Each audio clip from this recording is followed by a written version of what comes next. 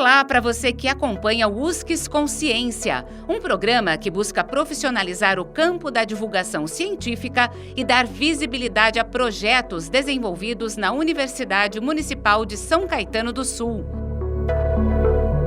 O USCS Consciência foi criado para conectar ciência e sociedade e se dedica à prática de divulgação científica a partir dos meios de comunicação em diferentes formatos e linguagens.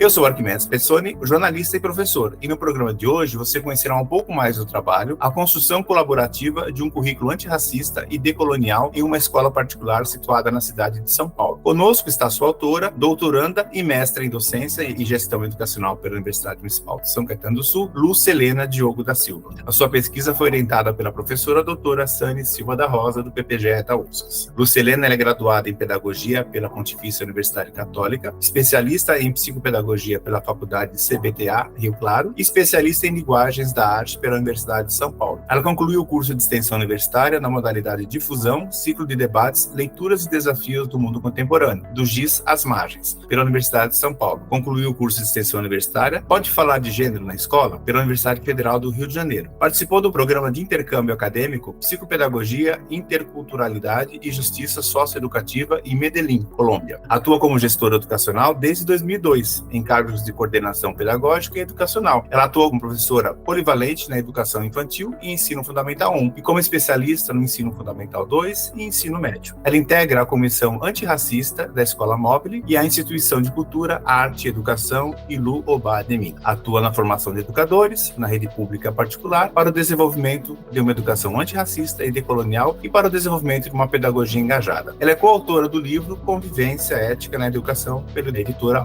POC. Então, Lucelena, bem-vinda ao USCS Consciência.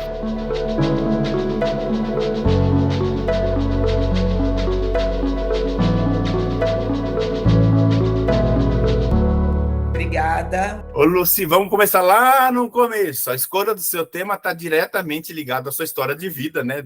E pela sua atuação profissional também. A gente sempre parte de um problema de realidade para dar andamento, principalmente no mestrado, que não é acadêmico, é profissional, né? Aí, quando você chegou na USCS, né, o seu tema inicial já era esse ou ele partiu de uma conversa com a sua orientadora? Não, eu já entrei com esse tema. Nas minhas conversas com a minha orientadora, eu consegui organizar melhor, entender mais o meu objetivo, organizar a metodologia, entender qual seria a melhor metodologia, organizar o foco de abordagem, né, também na pesquisa. Então, mas o tema que é entender o que é a perspectiva antirracista em uma escola particular em que a população negra ocupa lugares como limpeza, segurança, manutenção, e ao passo que a sala de aula e a gestão é ocupada por pessoas brancas. Uhum.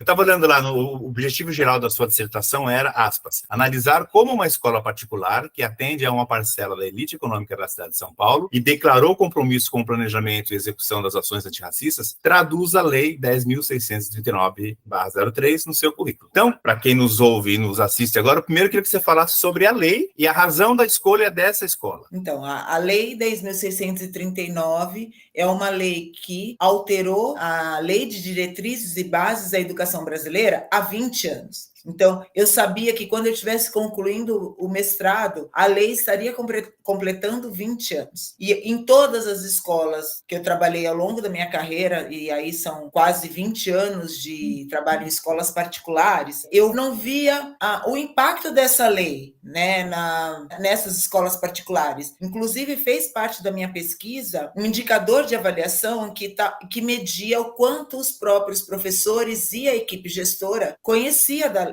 a lei, conhecia essa lei. O resultado foi que uma parte conhecia, outra parte não tinha ouvido falar, e uma parte, de fato, tinha lido, a minoria tinha lido o que dizia a lei, ou tinha lido parecer, ou alguma outra regulamentação que foi construída a partir da lei, por exemplo, as diretrizes curriculares para a implementação da Lei 10.639, das relações étnico-raciais. Então, e eu entendia, junto com autores e autoras que pesquisaram pesquisaram e escreveram um pouco sobre o racismo e como ele atua na racionalização, na subjetividade, nas mentalidades, eu entendia que o fato da lei não ser sequer conhecida era parte dessa estrutura racial, né? Agora, sim, você escolheu a escola que você trabalhava como objeto de estudo, né? Sim.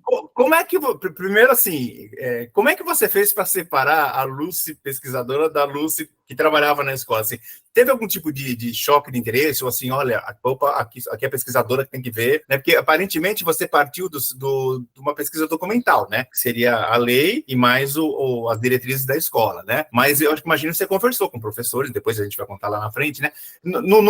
Você não teve nenhum momento assim que, ai, meu Deus, agora escorreguei. Não, isso aqui e outra, né? As pessoas com quem você falou depois não tinham nenhum tipo de grau de, digamos, eu estou falando com a chefe ou alguém, né? Assim, eu tenho que falar o que ela quer ouvir. Como é que funcionou? Essa parte me encanta, assim, né? Porque é a parte de campo, né? Que ninguém tem, só você tem, né? Então, algumas coisas aconteceram que favoreceram a minha pesquisa nesse território. Primeiro é que houve um movimento em 2020, com o assassinato de George Floyd, houve um movimento das famílias que fazem parte das escolas particulares de São Paulo de questionamento em relação à diversidade dentro da escola, o quanto a escola discutia questões como desigualdade racial, desigualdade social e promovia formas de combater essa desigualdade por meio de ações afirmativas. Então, as escolas começaram a olhar o retrato do corpo docente e discente e gestão e começaram a dizer, nossa, só tem pessoas brancas, então como é que eu vou colocar meu filho numa formação em que ele se entenda no mundo plural? Sim. Então, essas famílias começaram a se movimentar em relação a isso e começaram a levar esses questionamentos. A escola, ela se comprometeu com esse questionamento, ela fez uma autoanálise, eu já estava fazendo processos formativos com alguns ciclos ali da escola, porque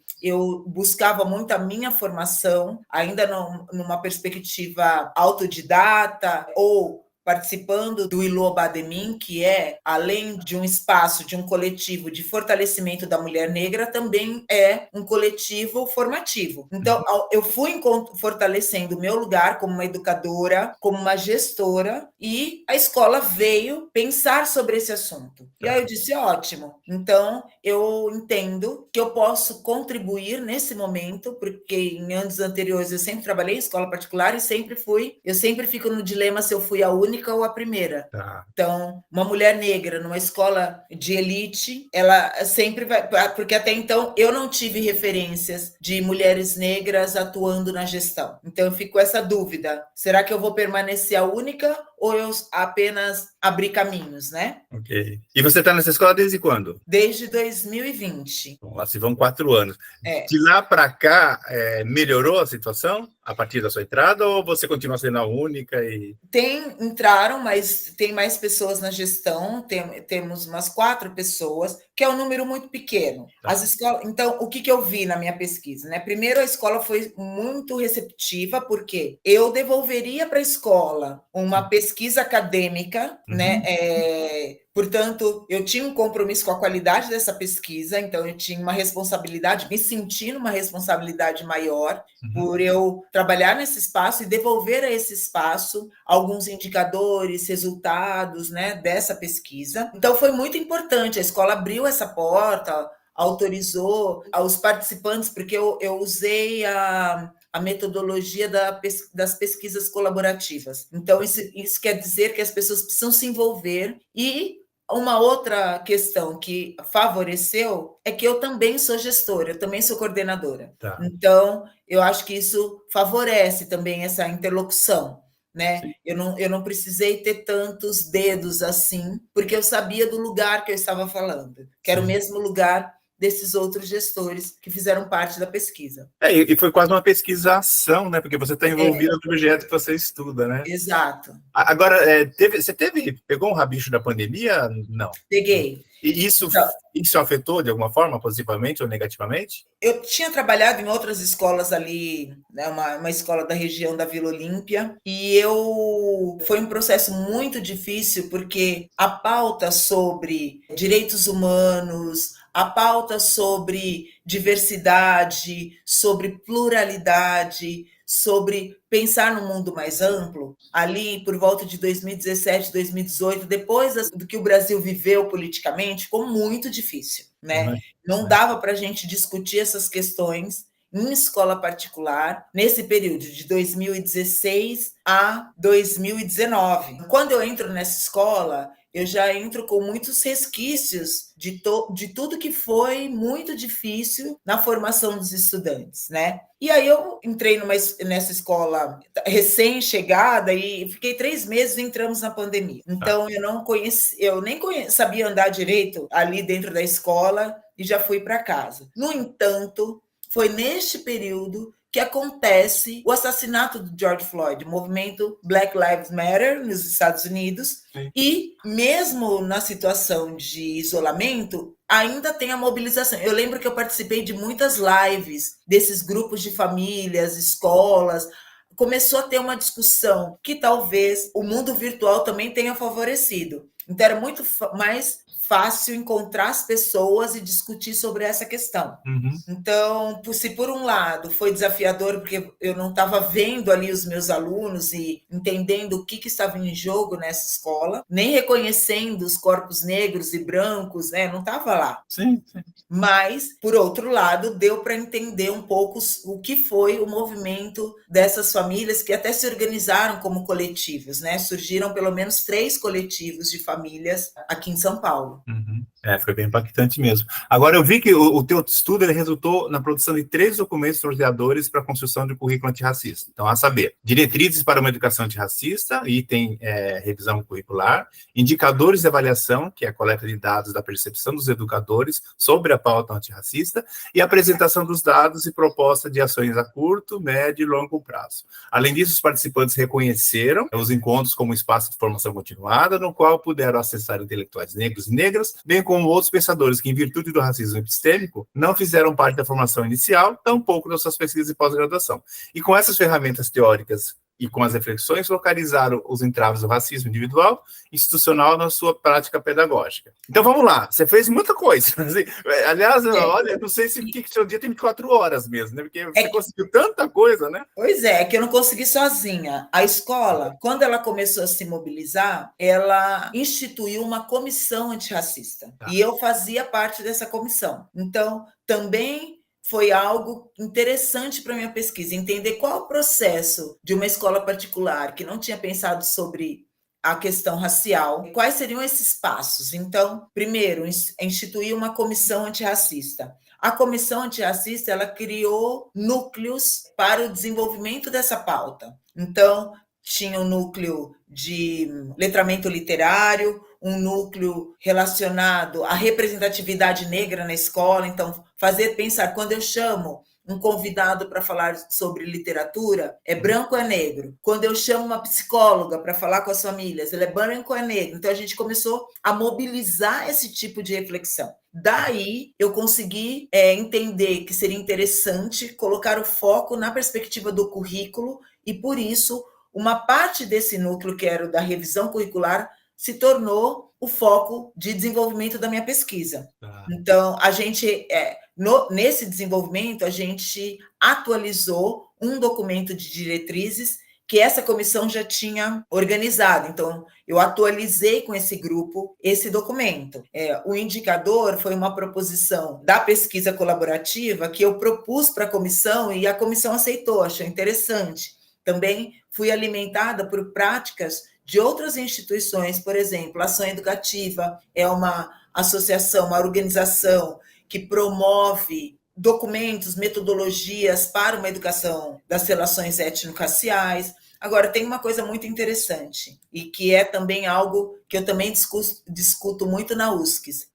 Uma escola de elite econômica, ela cuida muito dos educadores, né? Então, são pessoas que têm formação nas melhores universidades, pelo menos de São Paulo. As universidades públicas, a maioria são formados na USP, na Unicamp, na PUC. No entanto, essas universidades não apresentaram intelectuais negros e negras, não apresentaram essa discussão relacionada ao racismo, a outras epistemologias. Então, se há uma questão, o racismo ele não tem a ver com falta de formação acadêmica. E isso faz com que o racismo seja o crime perfeito, porque nós não estamos falando de moralidade, nem de baixa formação. A gente está falando com pessoas da academia. Sim. E que não conhecem a lei, e que não conhecem intelectuais. A primeira coisa que eu fiz na formação foi perguntar, dos livros que você leu, quais são de autores negros? Das pessoas que você tem como referência da tua área de conhecimento, quem são os intelectuais negros? E as pessoas que têm formação, pós-graduação nas melhores universidades não conseguem localizar onde estão as pessoas negras na formação delas. Então, isso é uma questão interessante, né? Eu discuti, inclusive, com duas colegas que fizeram mestrado concomitante com você, acho que Vanessa e Aline, elas falaram sobre racismo, foram orientandas da Marta, inclusive, né? E elas fizeram um trabalho muito lindo, né? Sobre a creche, o racismo na creche, né? Então, achei muito legal. E elas foram as primeiras que falaram para mim uma vez que elas usaram muitos autores negros como referência. Aí eu falei para ela, olha, pode ser que eu seja um racista em desconstrução e não saiba, assim, a gente eternamente está cometendo as nossas gafes, né?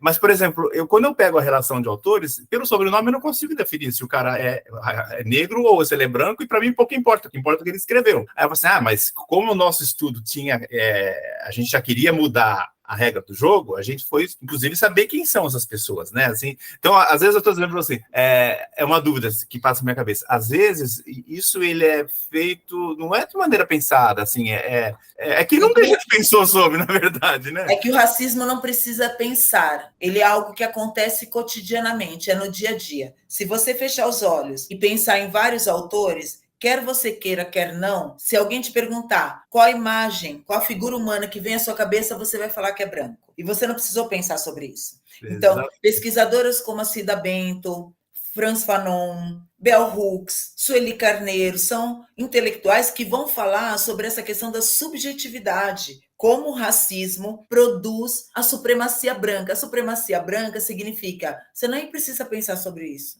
é normal. E essa ideia de normalidade ou de naturalidade é uma das tecnologias do racismo, é como ele atua no seu campo simbólico. Tá. Então, como você desde pequenininho só leu histórias com figuras brancas, príncipes brancos, princesas brancas, brinquedos, os brinquedos, os desenhos animados, os filmes, quando você chega num determinado momento, tudo que é bom, o médico, o professor, o livro, você não precisa se perguntar se é branco, se é negro, você já pressupõe. Agora, o contrário também é verdadeiro. Se você pensar pessoas más, vilões, bandidos, não é à toa que se aproxima uma pessoa negra de você, é capaz que você suba o vidro do carro. Você não pensou sobre isso, mas você sobe o vidro do seu carro. E isso acontece também com o negro? Por exemplo. Ele embranquece as referências dele, assim, pensa vamos supor, se você tiver uma filha negra, assim, pense na Chapeuzinho Vermelho, vai pensar numa loirinha de olho azul, jamais vai pensar numa negra.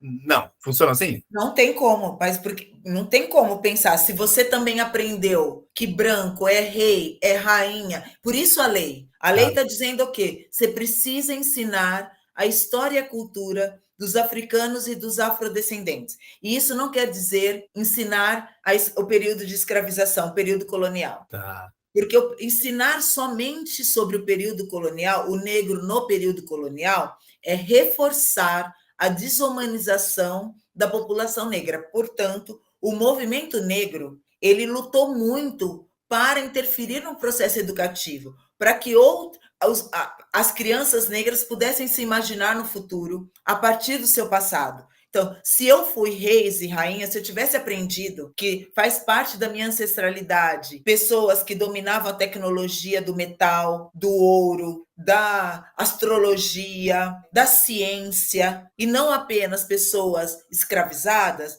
talvez, sabendo que mais da metade da população brasileira é formada por pessoas negras, talvez a gente não tivesse um resultado de uma desigualdade tão grande. Verdade. Eu destaquei aqui no finalzinho que eu impactei com a sua, né, você colocou assim, aspas. Embora eu soubesse que os indicadores apontariam para uma interpretação e tradução marcados pelo racismo, como mostrar os gráficos com as respostas dos docentes, eu fiquei impactada. O desconhecimento da lei, somado à ausência de representatividade positiva dos povos africanos e afrodiaspóricos. Afrodiaspórico. Tá. Depois você explica o que é isso. Né, nos materiais didáticos, nos conteúdos, conscientizou-me do desafio que precisamos enfrentar na construção de uma educação antirracista. Reside aí o limite, mas as possibilidades abertas como pesquisa. Esse impacto que você sofreu, você nunca tinha pensado que o resultado da pesquisa te encaminharia para isso? Não era uma hipótese? Esse processo das sessões reflexivas, que foi a técnica que eu usei na pesquisa ação, tem a ver também com essa modalidade das pesquisas colaborativas, eu desenvolvi em 2022. Tá. Mas a gente já tinha começado um processo e já tinha acontecido tudo em 2020. Okay. E ainda assim, eu cheguei a esse resultado. Embora eu saiba como o racismo atua, ele sempre me surpreende, porque... Poderia ter sido até pior, né, se não tivesse começado em 2020. Poderia, mas o privilégio branco, ele atua de uma forma que, embora esteja todo mundo falando, você... eu quero usar uma palavra... Você não acha que é um problema você não saber dessa lei. Tá. Por exemplo, depois eu fiz uma comparação entre o movimento das escolas de elite em relação ao novo ensino médio e a Lei 10.639. A relação é diferente. O engajamento da gestão e do próprio poder público é diferente. A cobrança é diferente. Então, eu usei um autor que a professora Sani me apresentou, que é o Stephen Ball. O Stephen Ball, ele não vai usar o termo implementação, ele vai usar interpretação, tradução e atuação da lei. Então, ele vai dizer, as teorias, que são as leis, elas estão em todos os territórios. Acontece que cada território vai fazer o manejo dessa lei de acordo com a sua realidade que vive ali. A lei, ela está colocada, mas você esquecer dela, não saber dela, não trazê-la como um compromisso ético e político, é uma forma de traduzir essa lei. E essa forma é atravessada pelo racismo. É só outro exemplo. É como a Lei Áurea. A Lei Áurea, ela é uma lei que apaga o modo como ela é ensinada e colocada, ela é como a Lei 10.639. Ela está lá, mas não foi colocado processos de cuidado, de investimento público, não foi dito como seria a fiscalização das escolas, não foi dito o que aconteceria no dia seguinte. Não houve, apesar do parecer e das diretrizes curriculares, que é bastante explícito, mas não disse qual era a consequência da não aplicação. Tá? Então, por exemplo, o que algumas escolas fizeram? Colocam no dia 20 de novembro uma pequena sequência didática, e as escolas estão achando que estão fazendo a lei, estão cumprindo a lei. Tá. Estão mais preocupadas com o feriado do que com o motivo do feriado, né? Às vezes elas estão preocupadas, elas estão dizendo que esse é o jeito de implementar uma lei. O racismo, que também sustenta as políticas públicas educacionais, não vão dizer, não é isso. Isso tem que ser... a lei, ela precisa entrar no currículo de modo transversal, ela tem que estar presente em todas as disciplinas, em todos os componentes. A lei até, o parecer diz isso, mas não diz como será a fiscalização desse modo de colocar a lei em prática. Sem sanção, né? Vira mais um pedaço de papel, né? Agora, Lucy, como é que foi o retorno? Foi um trabalho super sério, você defendeu, virou mestra, gostou tanto que partiu para um doutorado, mas quando você veio com a devolutiva para a escola que você trabalha, o que eles acharam? Eles falaram assim, parabéns, e, né, como é que foi? Eles disseram parabéns, mas também não leram. Tá certo. Então, isso me faz querer continuar fazendo mestrado para entender esse mecanismo da branquitude em relação a fazer uma autocrítica, a entender, a se apropriar desse campo. E eu espero que outras escolas leiam, porque o resultado da pesquisa, ela não é somente para que, embora a pesquisação ela pressupõe que eu esteja olhando, o pesquisador olha para aquele território, para aquelas pessoas, o resultado da pesquisa dá para generalizar para outras escolas de elite econômica, predominantemente branca na gestão, na docência e nos alunos também. E o teu doutorado tem a ver com isso? É continuidade? O que você está querendo saber agora no teu doutorado? Então, no meu doutorado, agora eu já quero partir para para uma investigação que tem a ver ainda com gestão, porque é isso, eu quero, na escola particular, quem define é a gestão, não é o professor. Quem define o currículo, as diretrizes, é a gestão. Então, eu quero investigar uma perspectiva filosófica, que é do Ubuntu, que é uma perspectiva de entender de desenvolver uma noção de comunidade em que todas as vidas são importantes, portanto, quanto mais eu acesso a humanidade do outro, mais eu amplio a minha própria humanidade. Basicamente, é esse conceito filosófico. E eu quero entender o quanto um conceito que não é eurocentrado pode promover uma gestão decolonial e democrática. Legal isso aí. Agora, eu sempre me interesso pelos... assim, esse processo é legal, te constrói como pessoa, mas eu sempre fico imaginando, né, que o primeiro doutorado é novo, né, e ele é também profissional, assim, o que será que a Lucy vai gerar como produto ou como interferência? Você já tem ideia, assim? Você nem imagina. Aí, esse produto... tenho discutido muito com a Sani, nós vamos continuar. Eu comecei um produto no mestrado e ele pode ganhar muito corpo, que é um caderno de escrevivência. Escrevivência é um conceito desenvolvido pela Conceição Evaristo, que é uma intelectual reconhecida já a partir dos 50 anos, né, como uma produtora de literatura, como alguém que ocupa o espaço acadêmico, e o conceito de escrevivência tem a ver com o lugar da mulher negra produzindo conhecimento, produzindo sentido de vida, né? E algumas universidades estão se inspirando, usando esse conceito como uma metodologia de pesquisa, não é só uma categoria analítica, mas também como metodologia. Então, eu comecei a desenvolver esse caderno, que é um caderno em que eu faço proposições reflexivas para o desenvolvimento do letramento racial de professores e gestores. Então, eu faço provocações e as respostas são construídas por essas pessoas. São percursos formativos, itinerários formativos, vamos dizer assim, que as pessoas podem seguir e fazer, é uma escrita de si. Então, como é que eu fui descolonizando minha subjetividade e me tornando uma pessoa democrática, que defende a equidade, que combate qualquer tipo de desigualdade, uma pessoa que se entende como um ator político e social, que pode produzir transformações. Então, agora... a gente quer desenvolver mais esse caderno, trazendo outras proposições. Eu acho que vai resultar num livro, né? Que é um livro formativo, é um livro que se constrói com esse leitor que é autor.